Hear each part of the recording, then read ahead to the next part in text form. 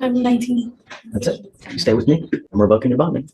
Make an exception to tell somebody to bring my grandma because she doesn't know how to drive, and I drove her up here. Where's your grandmother? She's up in Louis Deli. It's like a restaurant from here. I just left her parked there. She doesn't know how to drive. You just left your grandma in the car? Yeah, because I needed to get up here. She was my only way to get here.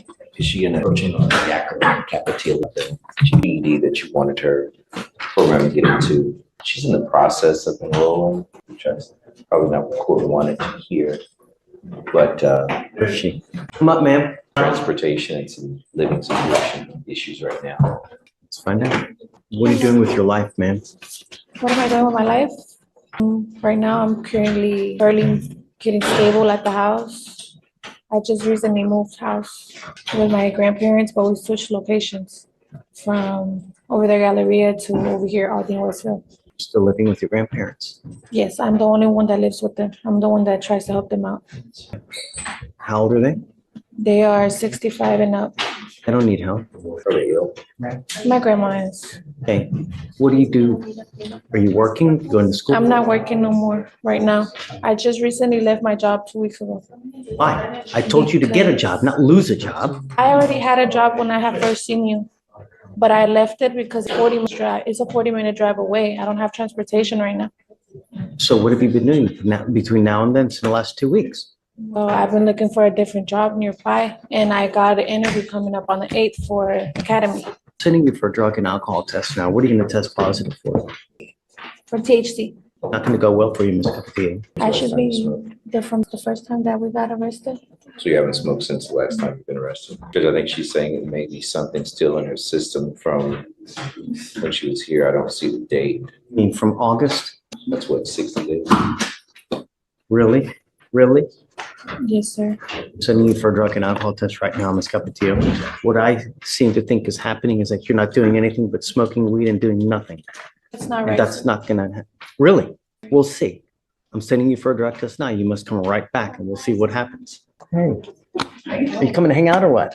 Me too. I'm done for the day. I'm about to go. Have fun. Ms. Come up, Capetillo, ma'am. What happened? For what? THC, no alcohol, because we don't know the levels, but How old is she? How old are you? I'm 19. That's it. You stay with me. I'm revoking your bond, man.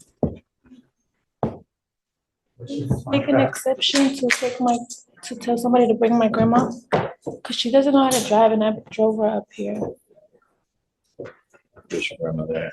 She's up in Louis Deli. It's like a restaurant from here. I just left her parked there. She doesn't know how to drive. You just left your grandma in the car?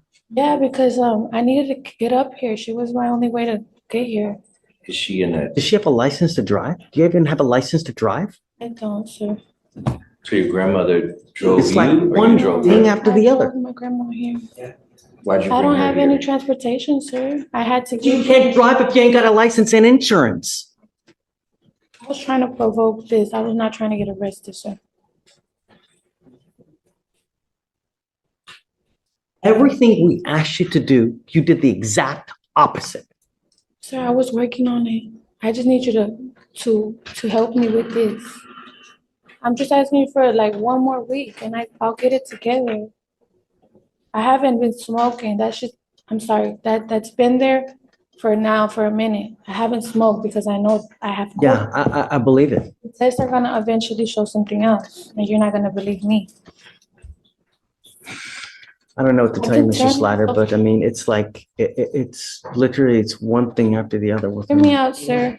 Judge, can I speak to you? You know what?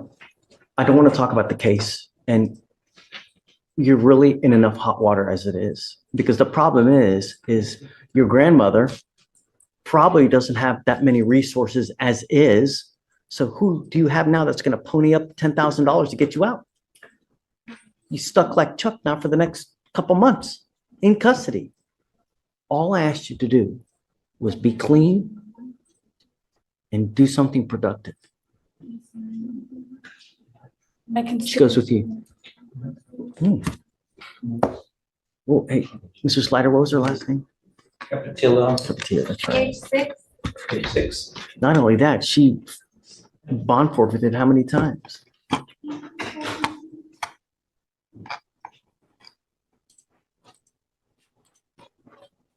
I don't know what to do. I really don't. Try to figure out what our grandmother has to do with.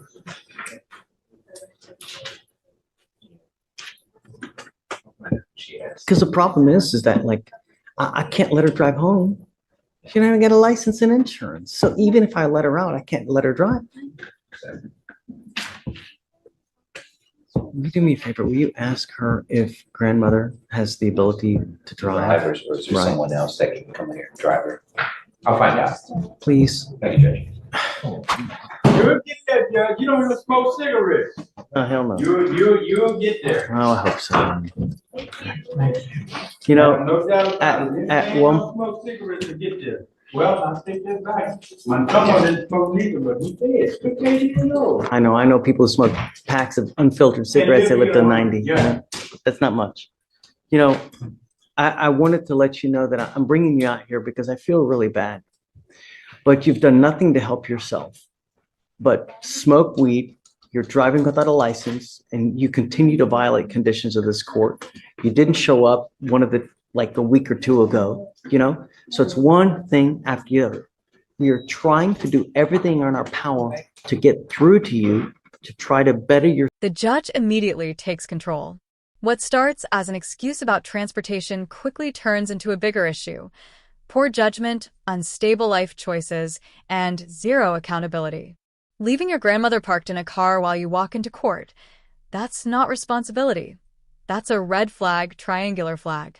The judge isn't angry yet, but you can feel the patience thinning. Yourself and to get to, we truly want the best for you. But at this point in time, you're your own worst enemy. You're doing nothing for us to also help you out. If I let you go now, that's enabling you, telling you it's okay for you to continue to conduct and act like you're doing. Ms. Capetillo, it is not. Me, if I let you out now, it's enabling you, and I refuse to do that. I want you to understand that we mean business. And this is what happens when you don't follow conditions. We mean business. No catch and release here. Good. We'll see you in a couple days, and I really truly hope that you now will appreciate this. Okay, I'm not letting you out. What I want you to understand is that if I let you out, you will get the understanding that it's okay for you to continue to do what you're doing, and it's not. One more thing. I'm not going to let you plead guilty just to get out.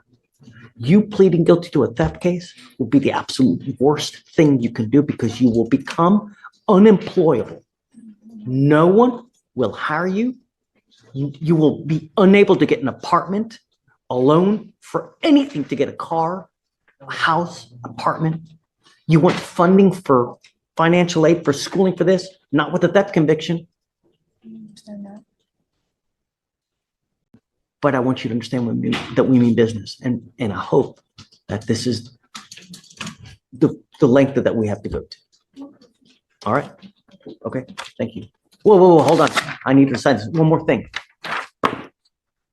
The most important thing in this life, do not drive without a license and liability insurance. You will be signing an affidavit with me right now. This is a promise you're making to me not to drive. And if you do, I can have a contempt hearing and you can be facing up to 180 days in jail and a $500 fine every time you drive.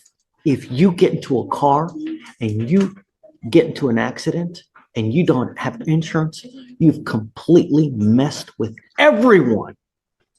And I know you don't have money.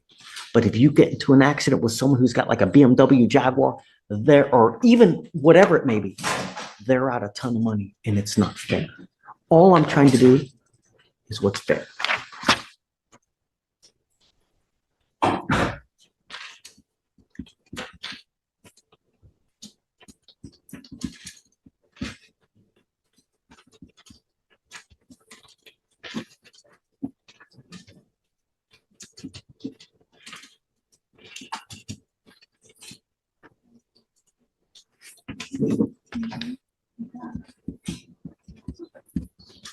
All right, Come on up here. We'll have you swear to this and then we'll let you go. Good morning, Mr. Alexander. So you're charged with terroristic threat. You're facing up to 6 months in jail and or a $2,000 fine. We're going to do probable cause. You have the right to remain silent. Anything you say can or will be used against you. You have the right to have an attorney present. If you cannot afford one will be appointed to you. 2024, officers were dispatched to 11910 Chetman Drive in Harris County, Texas. The complainant, the mother of the defendant, told the officers that her 11-year-old son, the second complainant, was riding his bike down the street when he passed the defendant. Complainant 2 and the defendant know each other. When they passed, the defendant began insulting the son, and the defendant pulled what appeared to be a tan handgun from his waistband and pointed at the second complainant while making remarks about shooting him. After the second complainant told his family about what happened, they went to look for the defendant and confronted him. The defendant reached into his waistband again, but the complainant's family was able to wrestle the gun away, which turned out to be a BB gun. The officers noted that the BB gun appeared to be very similar to a real gun in appearance.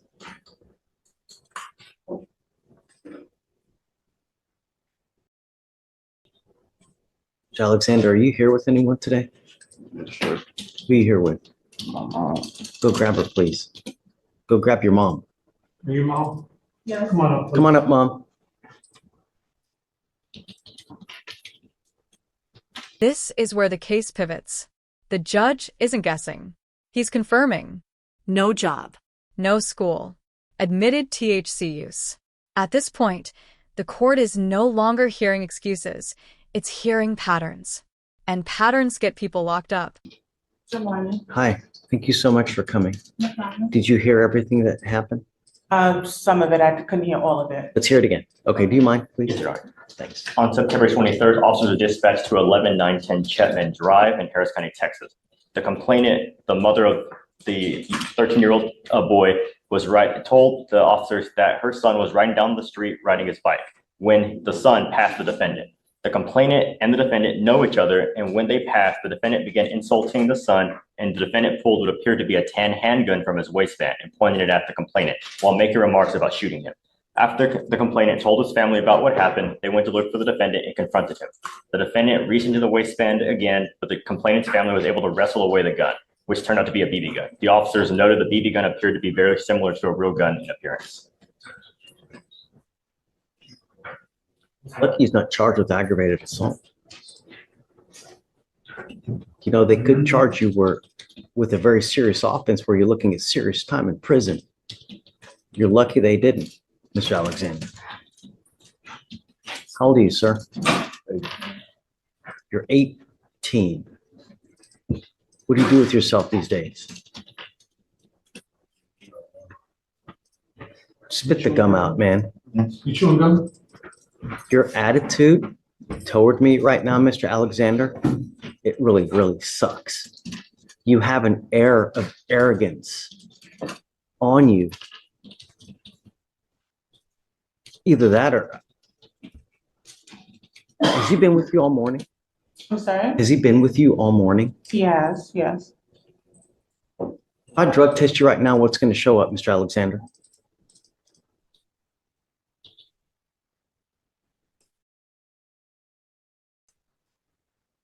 What's going to show up?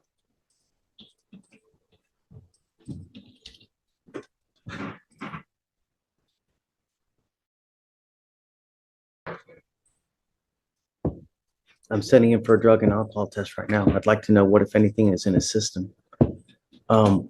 We have to. I don't even know what to say, but all I know. I mean, you brought me up here, so do I have permission to speak? Absolutely. Okay, so respectfully, I would submit that these are the alleged charges. There is extenuating circumstances, and the report from the complainant is actually not accurate. That family has actually made verbal and written threats to my son, and we have proof of that. So while I understand that these sound quite egregious, it is not the whole story. I understand.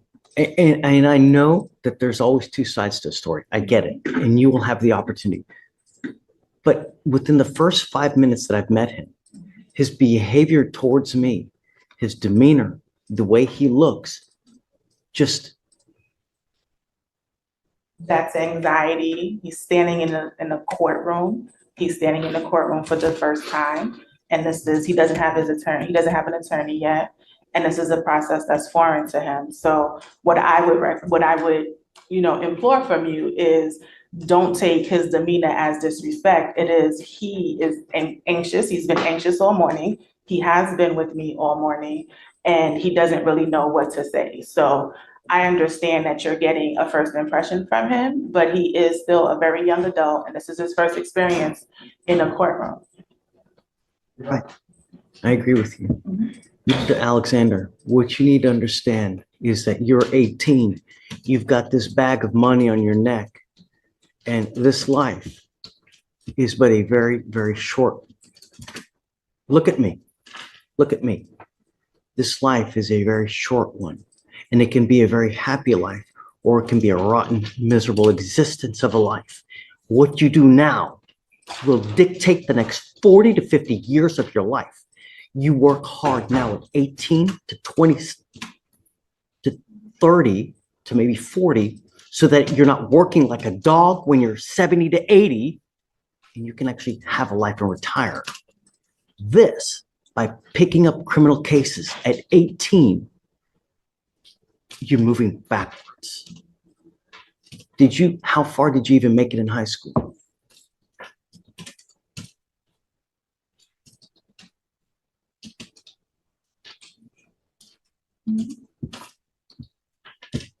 He's uncomfortable talking to me, asking me to answer.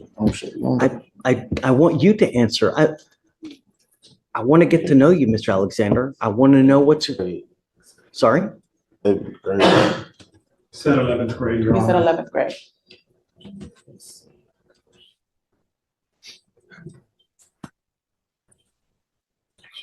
You need an education, Mr. Alexander. If you're going to do anything in this life, you need an education. That have fun wasn't friendly. That was judicial sarcasm, calm, controlled, and very serious. This judge gave her chances. She burned every single one. And now, reality is about to land hard. I got my education. I want to do everything I can to help you out. Okay? I really do. If he's smoking weed, it stops today. Okay? I'm going to drug test him right now because I want to know what, if anything, is in his system.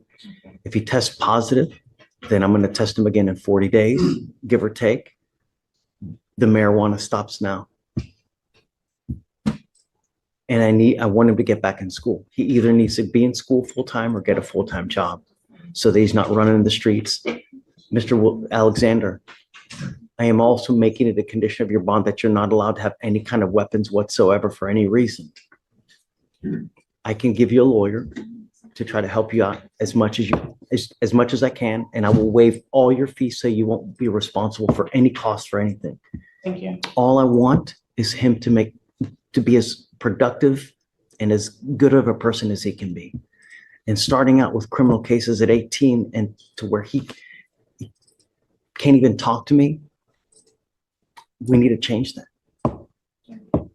I just make a comment about the bond conditions. Sure, of course. I've done I called the complainant's mother in this case a few days ago and kind of spoke to her about what happened. And I learned that there is a history between this family and the defendant.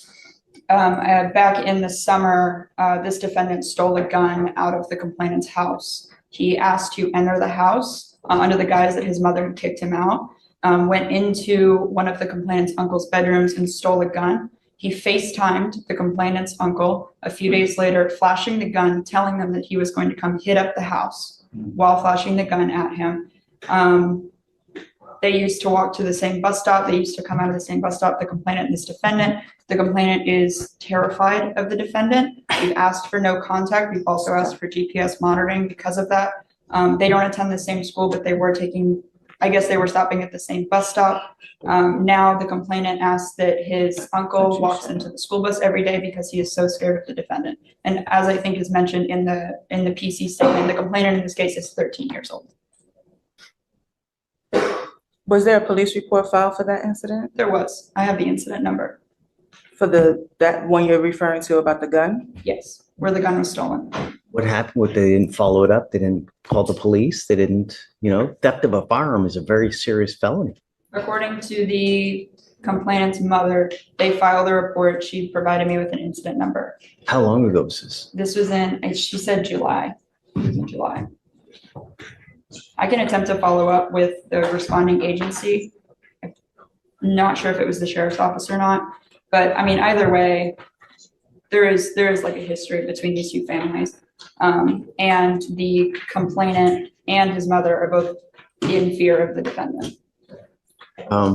So, Mr. Alexander, I would again submit that this family lives around the corner from us. We have never been approached. He lives at home with me. In July, we actually were in Panama for his 18th birthday. We weren't even home. There was never a time he was kicked out of my house. were you out in Panama the entire month? We were out in Panama from July 10th until the beginning of August, yes. Well, So, that's not the entire month. well, most of the month, excuse me. And in addition to that, there's no one has come to investigate anything at my house. Okay, so Mr. Alexander, I'm issuing a protective order over this child, this other kid. You're not allowed to have contact with this person or go within 200 feet of where they live or where they work. Do you understand, sir? You're not allowed to be in possession of weapons. You're not allowed to have any kind of threatening or harassing behavior with this child. If they call back and they say that you have harassed them, then I will revoke the bond and I'm going to put you in jail. And I'm going to tell you now, I will not give you any more PR bonds. So all I'm asking you to do is stay away. No one is finding you guilty now. We're just asking that you guys separate and don't have any contact. That's it. I am going to put an ankle monitor so I know that you're not going anywhere near their house. But like I said, I'll cover the cost of anything, so it won't cost you guys anything. You must charge this thing on a daily basis, Mr. Alexander. If you don't charge it, the battery goes dead, then we will file a motion to revoke. Not a motion to revoke, but I'll revoke the bond. So as it stands now, what we'll do is I will send you now for a drug test. We're going to have you come back. I want to know what, if anything, is in it. And then I will provide you between now and then a lawyer, and we'll go from there. Do you have any other questions, ma'am? That family is in possession of my bicycle, not his, it's mine. They actually stole that from him. You know, I would like my bike back. There's proper channels to do it. I don't know how, but as it stands now, he can't go over there, can't have any contact with them That's fine. whatsoever. You know, and I would venture to guess that if you go over there as well, it's probably going to be even more bad blood. So No, I don't have any. perhaps. This is the moment most defendants don't realize until it's too late. Court orders are not suggestions. The judge isn't punishing, he's enforcing. And enforcement means custody, not sympathy. Perhaps you can find someone else, like another intermediary, that can go over there and try to get a bike back. But at this point, just don't have any contact with them. And when you come back, then we'll have you speak to someone. Okay? All right. I'm going to have you sign a Go ahead. One of them today. Correct. Yes. Mr. Alexander, I want you to either get a job or get into school full time. But when you have too much time on your hands, you become self-destructive. Your brain craves activity. It needs activity. And when you don't challenge yourself with either school or a job or anything, then bad things are they're just gonna come and happen. You have to occupy your life. You have to do something. Where we're headed now, you're going the opposite way of how you should be doing things. This is not a good way to start at 18. All right, please. Can you file a protective order, please, on the child? Thanks.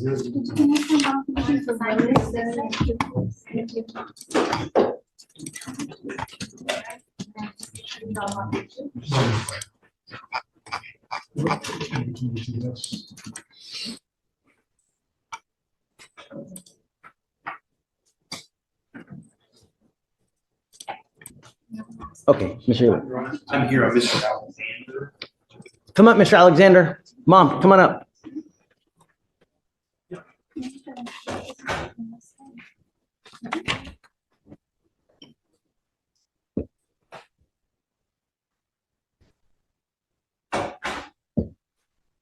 Let me tell you something at the outset, Mr. Alexander. Everything that I want for you, I want the best for you, okay? At times, the conditions that I place on you You may not like it, and that I'm okay with that. But what I'm trying to do is I'm trying to do the best thing for you, and what I think and I hope it is the best thing to achieve our goal, which is to make you a person that's an upstanding young man that's headed toward greatness. So he tested positive for what? Just marijuana? Okay, no more. You will be tested 40 days from today. If you continue to smoke marijuana, I'm going to revoke your bond. I will put you in jail. Do you understand? Yes or no? Okay, I want you to understand that you are also not allowed to use anything that has THC in it. No oils, gummies, vape pens. What else is there? I don't, CBD, nothing you're not allowed to use. Do you understand? Okay, Mom, what else should we do? School, work, what should we do? What do you think would be the best? I encourage therapy all the time. I think the therapy. Say it again? Therapy, I think therapy is beneficial in a therapist. Okay, I can make that a condition of his bond, that if he doesn't go to the therapist, then he can stay with us as well. You have to do your therapy as well.